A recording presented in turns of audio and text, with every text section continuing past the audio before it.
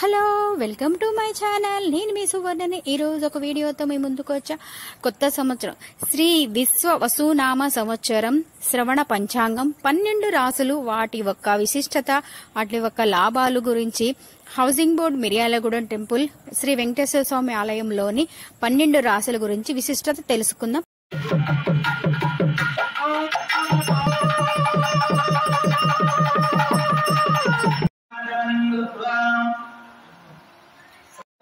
ऐश्वर्य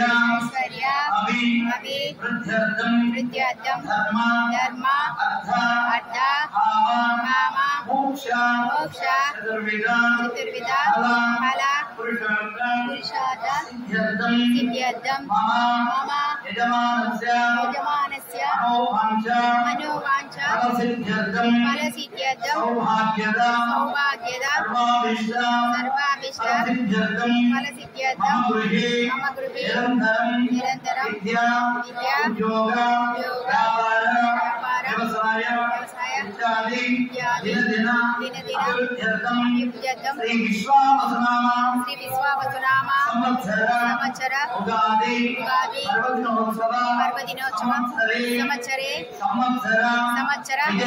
विजय सिद्ध्यर्थम उगादि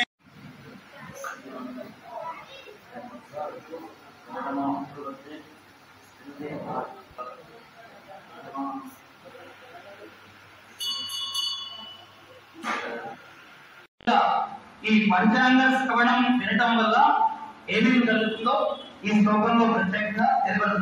శ్రీ కళ్యాణ గుణావహం త్రిపురహరం దుస్వప్నదోషహం గంగా స్నాన విశేష పుణ్యవరం గోదాతుల్యం ఆయువ సముత్తమం శుభకరం సంతాన సంపత్కరం నాకర్మ సుసాధనం సముదం పంచాంగం మాతర్మ్యదాం. ఈ పంచాంగ శ్రవణాన్ని చెవులతో విన్నంత మాత్రంగా కళ్యాణ గుణాలు ఏర్పడతాయనేటువంటి విషయాన్ని తెలియబడుతుంది. ఎందుకంటే ఇక్కడ అందరికీ చోట దీన్ని గోష్ఠి అంటారు. ఈ గోష్ఠులకు వచ్చినప్పుడు యోగక్షేమాలు తెలిసి భగవంతుని యొక్క అనుగ్రహం పొందడానికి అవకాశం ఉంటుంది తప్ప సెల్లులను పొందడానికి చూశాను. ఎక్కడికెక్కడికో నదులకు వెళ్తాం, అలా స్నానాలు చేస్తాం. గంగాలో స్నానం చేసేంత పుణ్యం ఉంటుందో ఆ పుణ్యం కలుగుతుందట ఈ యొక్క పంచాంగ శ్రవణం వల్ల. గోదాన తుల్యం, గోవును దానం చేస్తే ఎంత పుణ్యం కలుగుతుందో ఈ పంచాంగ శ్రవణం ఎంత మాత్రాన అంత గొప్పనైనటువంటి ఆయుర్దామం.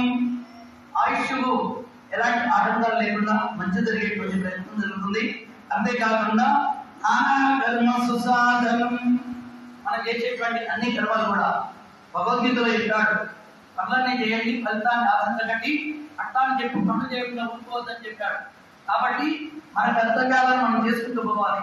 తర్వాత భగవంతుడు ఇచ్చేటువంటి వాడు వాడే ఇస్తుంటాడు తప్ప మనం వేరే రకంగా చేతులు ముడుచుకొని కూర్చుంటే కర్మలు అనేటువంటి చేయలేకపోతాం. కాబట్టి ఈ గొప్పనైనటువంటి విషయాన్ని ఈ పంచాంగ శ్రవణంలో చెప్పడం అనేటువంటి జరిగింది. ఇక ముఖ్యమైనటువంటి ఏ వారం నాడు కనుక ఉగాది పండుగ వస్తుంది, ఆ సందర్భంగా దానికి సంబంధించినటువంటి గొప్పనైనటువంటి రాజ కార్యక్రమాన్ని నిర్వర్తించడం అనేటువంటి జరుగుతుంది. ఇప్పటిదాకా ఈ భూలోకంలో సృష్టి ఉద్భవించినటువంటిది 195,85,125 సంవత్సరాలు అయింది. సరిగ్గా టీవీలో చెప్తున్నారు. పంచాలు కనిపించింది అమెరికాలో, అటు ఇతర దేశాలలో కనిపించాయి.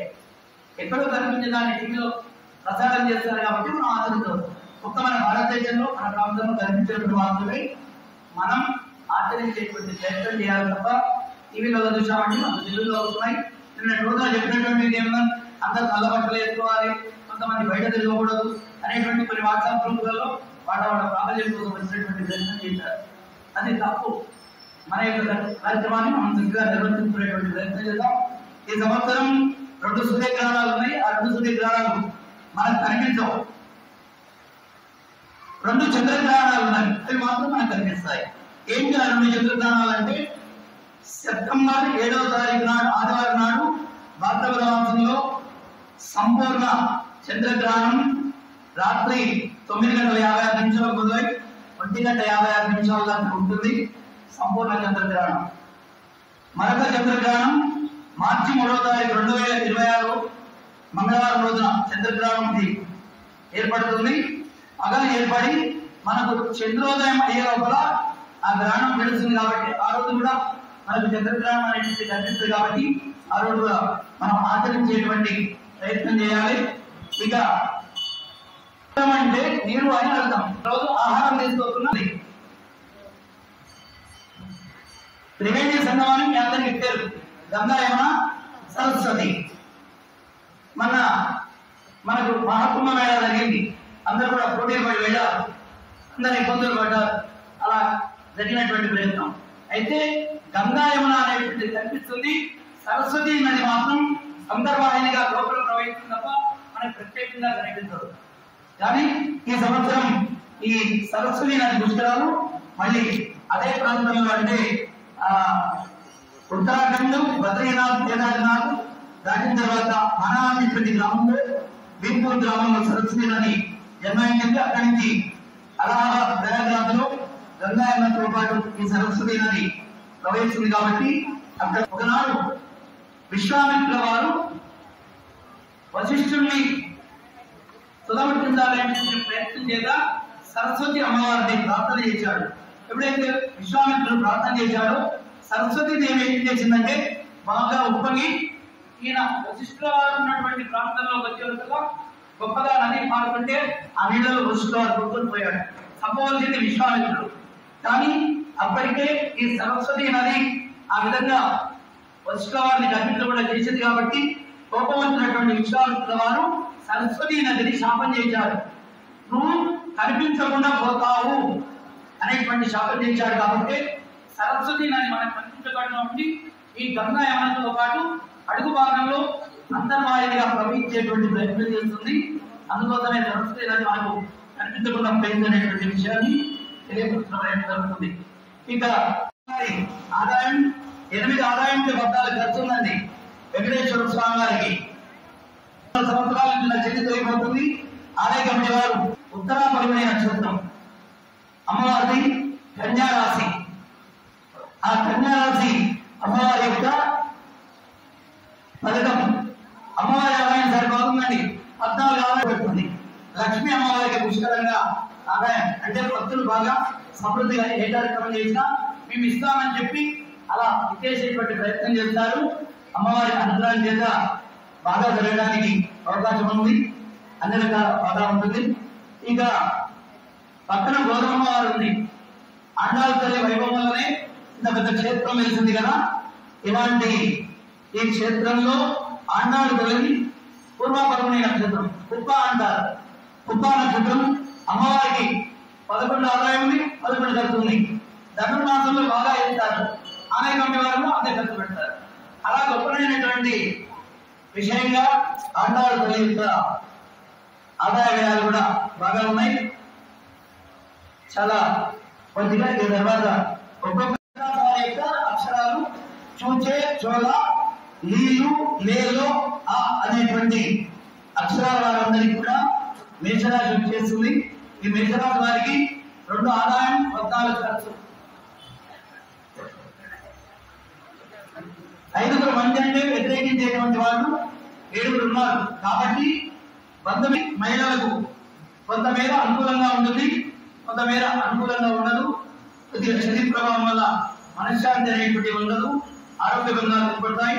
భార్యాభర్తల మధ్య చిన్న చిన్న తగాదాలు, నేను అంటే నేను అనేటువంటి విషయంలో పోటీ పడేటువంటి మా మాట చెల్లాలనేటువంటి విషయంలో ఉండటం వల్ల ఇక 2వ రాశి అయినటువంటి వృషభ రాశి. ఈ వృషభ రాశి వారి యొక్క అక్షరాలు ఈ, ఊ, ఏ, ఓవా, వీవు, వేవో అనేటువంటి ఈ అక్షరాల వారందరికీ కూడా వృషభ రాశి వచ్చేస్తుంది. ఆదాయం 11 ఉంది, ఖర్చు 5. ఒకరు మంచి అంటే ముగ్గురు వ్యతిరేకించేటువంటి వాళ్ళు ఉన్నారు. ప్రారంభంలో జన్మస్థానంలో గురుడు ఉన్నాడు కాబట్టి కొద్దిగా చికాకులు ఉన్నప్పటికీ కూడా శని రాహు ప్రభావం వల్ల ఆ గురు ప్రభావం అనేటువంటి తగ్గిపోయి మంచి జరగడానికి అవకాశం ఉంటుంది. ఆనందంగా ఉంటారు. మనోనిశ్చిత కార్యక్రమాలు నెరవేరుతాయి. స్థిరాస్తి వృద్ధి జరుగుతుంది. ఈ మిథున రాశి వారి అక్షరాలు కాకి పూకం జ్ఞాచ ఏ కో హా అనేటువంటి అక్షరాలు. వీరి యొక్క ఆదాయం 14 ఆదాయం 2 ఖర్చు. మిథున రాశి వారి యొక్క ఆదాయం 14 2 ఖర్చు ఉంది. నలుగురు మంచి అంటే వ్యతిరేకించే వాళ్ళు 3 ఉన్నారు. మొత్తానికి ఈ రాశి వారికి కొద్దిగా అనుకూలమైనటువంటి ఫలితాలు నెల బాగుంటే ఒక నెల అనుకూలంగా ఉండేటువంటి ప్రయత్నం ఉండదు. ఎందుకంటే మిశ్రమ ఫలితాలు ఎక్కువగా ఉన్నాయి కాబట్టి కొద్దిగా కర్కాటక రాశి. ఈ రాశి వారి యొక్క అక్షరాలు అనేటువంటి ఈ 9 అక్షరాల వారికి కర్కాటక రాశి చేస్తుంది. ఆదాయం 8, ఖర్చు 2 ఉంది. మధ్య అనేటువంటి వాళ్ళు 7 ఉన్నారు. అవమానించేటువంటి వాళ్ళు 3 ఉన్నారు. మొత్తానికి మాత్రం ఈ సంవత్సరం ఈ కర్కాటక రాశి వారికి కొద్దిగా డబ్బులు ఎక్కువగా ఖర్చు అవుతాయి. అయితే గత సంవత్సరం నుండి కొద్దిగా మంచిగా ఉంటుంది. రుణ విముక్తి కలుగుతుంది. అవలీలగా పనులని చేసుకోవడానికి అవకాశం ఉంటుంది. చాతుర్యం చేత తమ పనులని పూర్తి చేసుకుంటారు. వివాహ గృహ ప్రవేశాలన్నీ కూడా. 5వ రాశి అయినటువంటి సింహరాశి. ఈ సింహరాశి వారికి మామి మూమి మోటా టేకు అనేటువంటి అక్షరాలు వచ్చేస్తాయి. వీరికి ఆదాయం 11, ఖర్చు 11 ఉంది. 3 మంచి అంటే వ్యతిరేకించేటువంటి వాళ్ళు 8 మంది ఉన్నారు. కాబట్టి ఈ సింహరాశి వారి కొద్దిగా జాగ్రత్తగా ఉండాలి. మొదటి 4 నెలలు పరీక్ష పెట్టినట్టుగానే ఉంటుంది. ఈ మొదటి 4 నెలలు సింహరాశి వారు కొద్దిగా జాగ్రత్తగా ఉన్నట్లయితే రాబోయేటువంటి 5వ నెల నుంచి వారికి మంచి అవకాశం ఉంటుంది. తమ సొమ్ముని తమకే ఇబ్బంది పెట్టినటువంటి కన్యా రాశి. ఈ రాశి వారి యొక్క అక్షరాలు తో కాపీ పూషన్ నాట పేటో అనేటువంటి అక్షరాలు. ఈ రాశి వారి యొక్క ఆదాయం 14, ఖర్చు 2. మధ్య అనేటువంటి వాళ్ళు 6 ఉన్నారు. వ్యతిరేకించేటువంటి వాళ్ళు కూడా 6 ఉన్నారు. కాబట్టి కొద్దిగా జాగ్రత్తగా ఉండేటువంటి ప్రయత్నం చేయాలి. మొత్తానికి మాత్రం లక్ష్మీ సంపద బాగా ఉంటుంది. అన్నింటిలో కూడా వీళ్ళు అనుకూలమైనటువంటి ఫలితాలు సాధించడానికి అవకాశం. సంవత్సరం 7వ రాశి అయినటువంటి తులారాశి 7వ రాశి. ఈ రాశి వారి యొక్క అక్షరాలు రారి రూరే లోత తీతు తే అనేటువంటి అక్షరాలు. ఈ రాశి వారికి 11 ఆదాయం 5 ఖర్చు. 2 మంచి అంటే వ్యతిరేకించేటువంటి 2 ఉన్నారు. గత 7-8 సంవత్సరాల నుంచి తులారాశి వారికి కొద్దిగా చికాకులు ఉన్నాయి. ఈ సంవత్సరం నుంచి తులారాశి వారికి ఏది పట్టుకున్నా ఈ తమ్ము పట్టుకున్నా సమానమైనటువంటి ఏది పట్టుకున్నా ప్రధానమైనది. కాబట్టి అంత గొప్పనైనటువంటి నేను చెప్పాను కదా, ఇందాక కొన్ని రాశులు బాగా ఉన్నాయి. అందులో ఉత్తమమైనటువంటి రాశి తులారాశి. ఈ తులారాశి వారికి గొప్పగా ఉంటుంది. ఆత్మవిశ్వాసం చేత ముందుకు వెళ్తారు. ధనం బాగా ఉంటుంది. కావలసిన సమకూర్చుకుంటారు. శత్రు పీడన తగ్గిపోతుంది. అన్ని రకాల ప్రయోజనాలు పొందేటువంటి అవకాశం ఉంటుంది. గొప్పనైనటువంటి పనులను చేస్తారు. నలుగురితో సంఘంలో కూడా గొప్పనైనటువంటి పేరు ప్రతిష్టలు తెచ్చుకునేటువంటి ప్రయత్నం చేస్తారు. ఉద్యోగస్తులకు అనుకూలమైనటువంటి కాలం. రాజకీయ నాయకులకు గొప్పనైనటువంటి పదవులు పొందడానికి అవకాశం ఉంటుంది. కళాకారులకు చాలా అనుకూలంగా ఉంటుంది. వ్యాపారస్తులకు జాయింట్ వ్యాపారాలు కానీ సింగిల్ గా ఉన్నటువంటి వ్యాపారాలు కానీ అన్ని రకాల బాగా ఉంటాయి. విద్యార్థులకు గురుకులం బాగా ఉండడం చేత చదువులు బాగా రాణించి ఉండడం అనేటువంటి జరుగుతుంది. ఇక 8వ రాశి అయినటువంటి వృశ్చిక రాశి. ఈ రాశి వారి యొక్క అక్షరాలు ఓ నాని నోనే యో నో యాజియు అనేటువంటి అక్షరాలు. ఈ రాశి వారికి 2 ఆదాయం 14 ఖర్చు.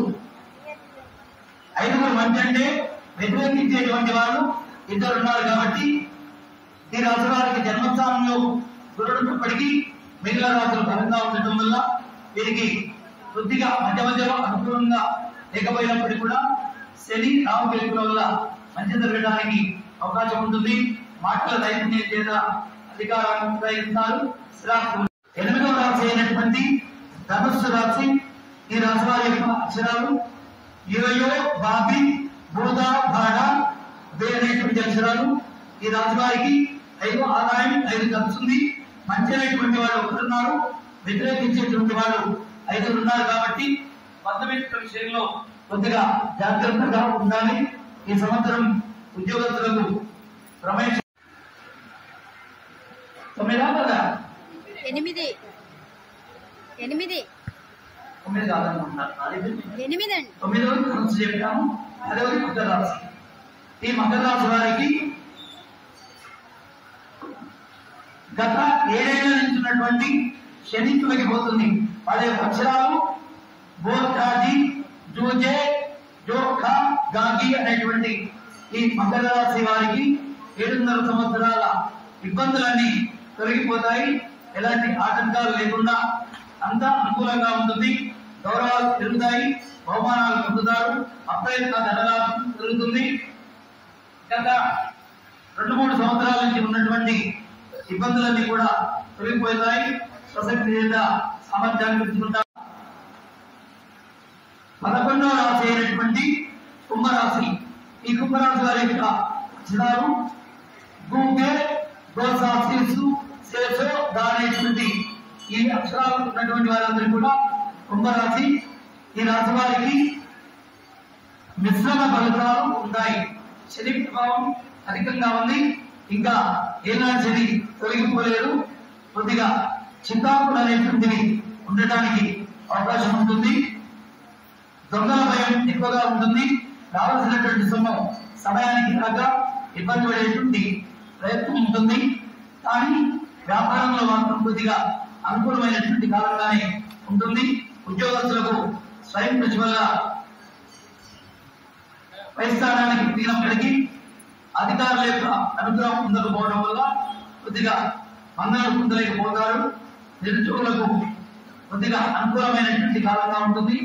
రాజకీయ నాయకులకు రాణింపు కార్యక్రమం ఉంటుంది. కళాకారులకు అనుకూలమైనటువంటి సమయం. వ్యాపారంలో ఉన్నటువంటి వారికి మిశ్రమ ఫలితాలకు కూడుతున్నటువంటి లాభాలు వచ్చేటువంటి ప్రయత్నం ఉంటుంది. విద్యార్థులకు వారికి అనుకూలమైనటువంటి కాలంగా ఉంటుంది. విలువైనటువంటి వస్తువులని కూడా సమకూర్చుకునేటువంటి ప్రయత్నం చేస్తారు. కాకపోతే జన్మస్థానంలో రాహు సంచార విషయంలో ఆరోగ్యం కొద్దిగా అనుకూలంగా ఉండదు. చిన్న చిన్న రుగ్మతలు వచ్చేస్తాయి. ఇళ్లలో కూడా గృహ మార్పులు అనేటువంటివి ఉంటాయి. కాబట్టి ఆరోగ్య విషయంలో జాగ్రత్తలు తీసుకొని మన ఇష్ట దేవాలయంగా పూజించినట్టు ఆరోగ్య సమస్యలు కొద్దిగా కలిగించడానికి అవకాశం ఉంటుంది. ఇక చివరి రాశి అయినటువంటి మీనరాశి. ఈ రాశి వారి యొక్క అక్షరాలు దు, ది, దుష్యం, ధ్యాన, దేవ, ఛాతి అనేటువంటి అక్షరాలు. ఈ రాశి వారికి ఏనాటి శని అధికంగా ఉంది. భగవంతుడు ఒక పరీక్ష పెట్టినట్టుగానే ఉంటుంది. ఏ పనులు కూడా సరిగ్గా పూర్తి కావు. మనిషి ఏ పని చేసినా అనుకూలంగా ఆడవారి అధికంగా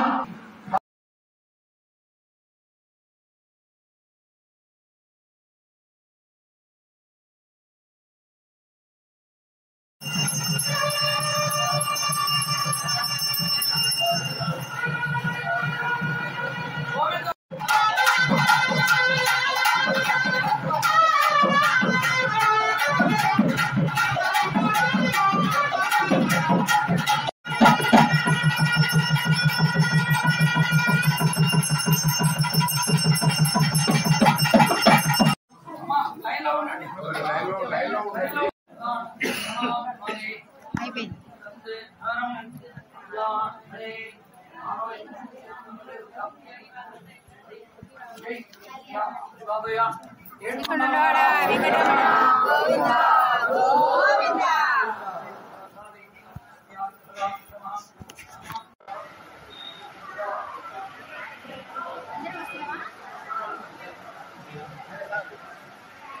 ఇంకా ఉన్నాయి, ఐటమ్స్ ఉన్నాయి. 3,500.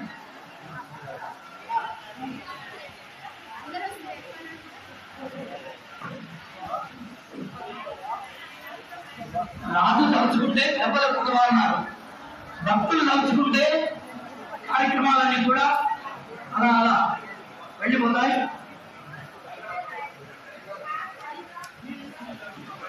గణపతి రవీంద్రుడికి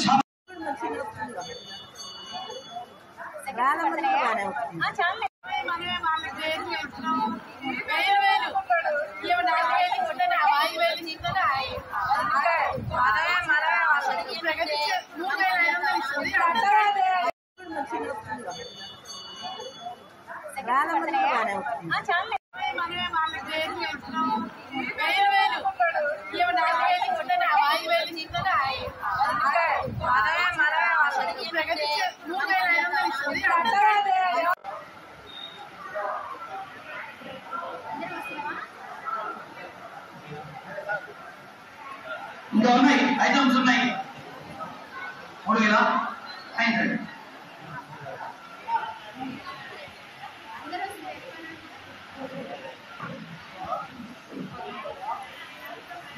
రాజు తలుచుకుంటే దెబ్బలు కుదవాలన్నారు, భక్తులు తలుచుకుంటే